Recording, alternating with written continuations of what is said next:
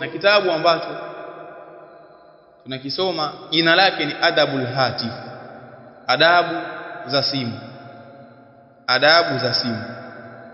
Na kitabu hiki kimeandikwa na Sheikh Bakar ibn Abdullah Abu Zaid, Bakar ibn Abdullah Abu Zaid, na ni moja kati ya wanachuoni ambao wamesoma kwa Sheikh Abdul Aziz ibn Baz rahimahullahu ta'ala wa ghafara lahu, kwa sababu katika wanachuoni ambao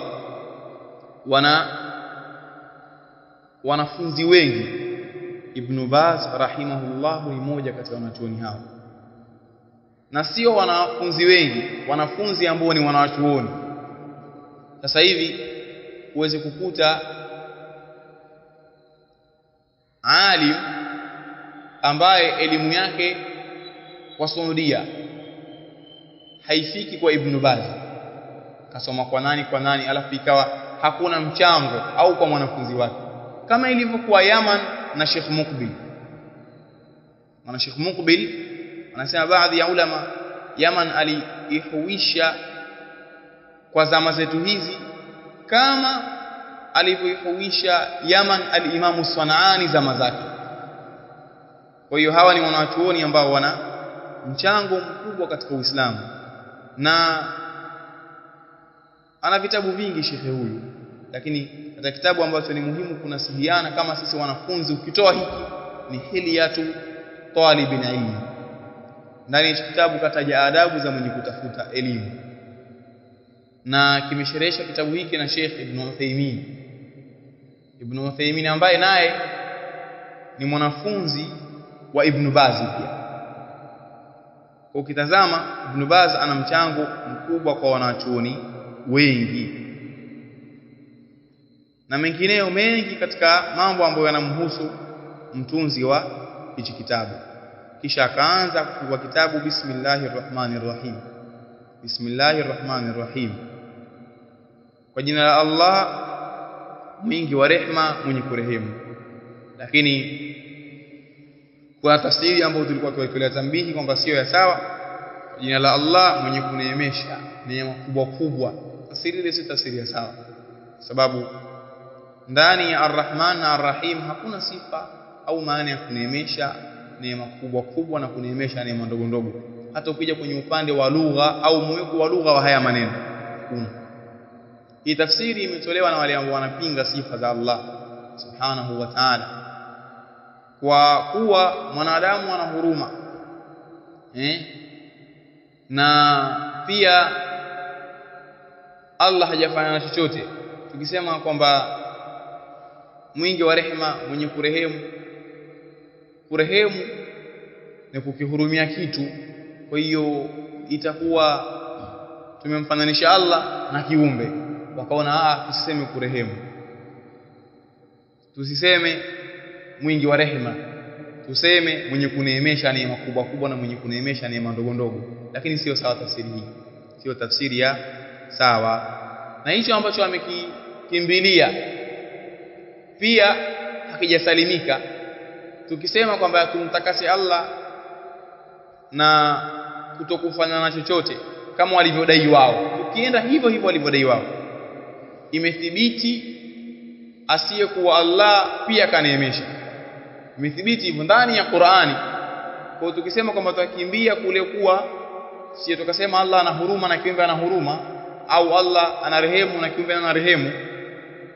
Allah akasema ndani ya Qur'ani, wa idh taqulu lilladhi an'ama Allahu alayhi wa an'amta alayhi, alipokuwa akielezea namna ya muamala wa mtume na Zaid ibn Haritha, alipokuwa akielezea hilo.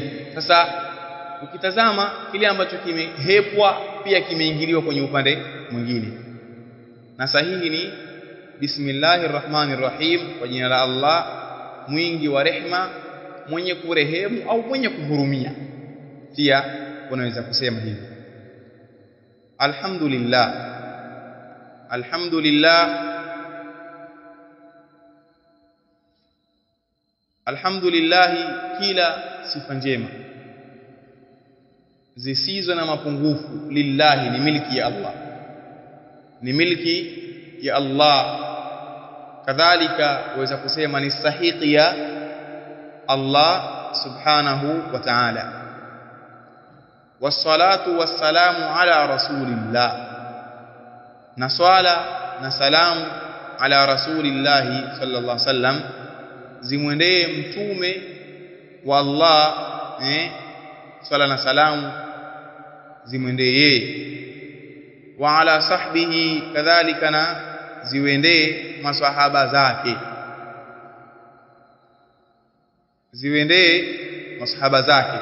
Na tamko as-sala katika lugha ya Kiarabu asili yake ni ad-du'a, kama alivyosema Allah ndani ya Qur'ani, khudh min amwalihim sadaqatan tutahhiruhum wa tuzakkihim biha wa salli alayhim. Waswalie wao kwa maana wad'u lahum, waombee wao.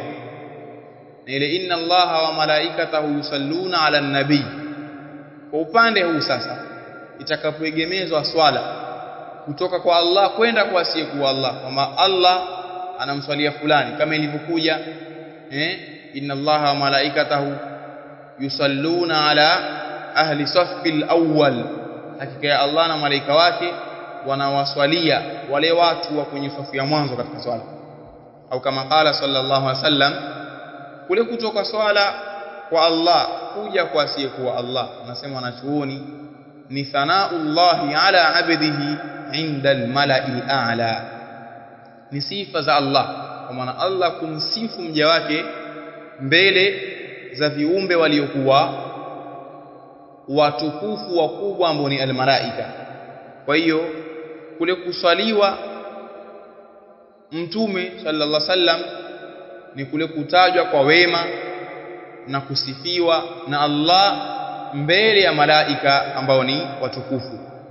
Na assalam kutafsiriwa amani, na amani sema wanachuoni hapa ni kule kutaka ziada ya amani, kwa sababu tayari Allah ashampa amani mtume, bali kumtakia ziada.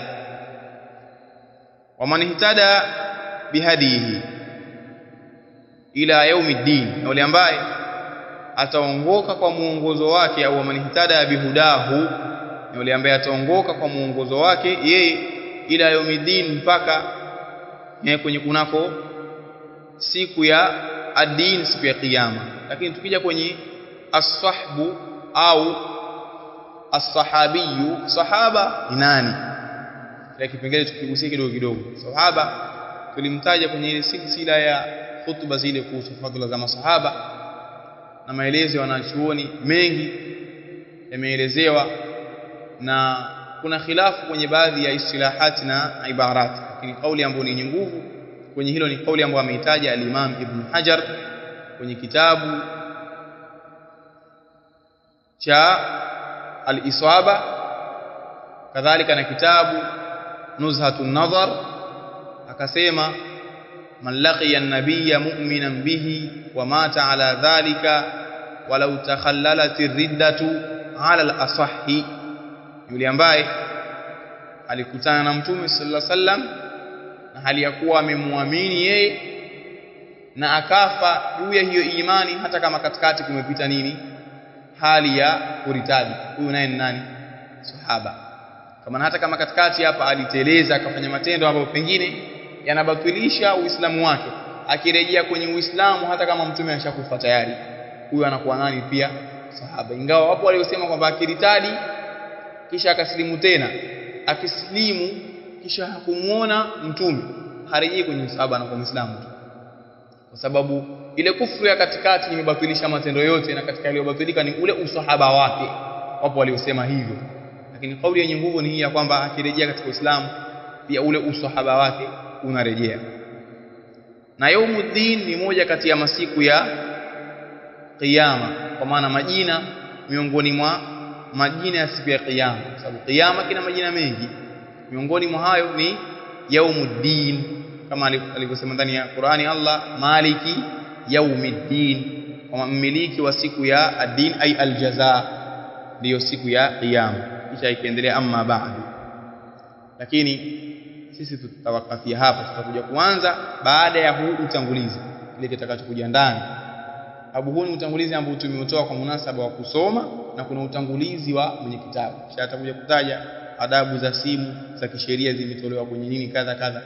Hayo tutayaona kuanzia majlisi ya kesho inshallah na majalis zitakazofuata. Barakallahu fikum. Naktafi bihadha. Subhanakallahumma wa bihamdika wa nashhadu an la ilaha illa anta wa nastaghfiruka wa natubu ilayka. Wallahu a'la wa a'lam.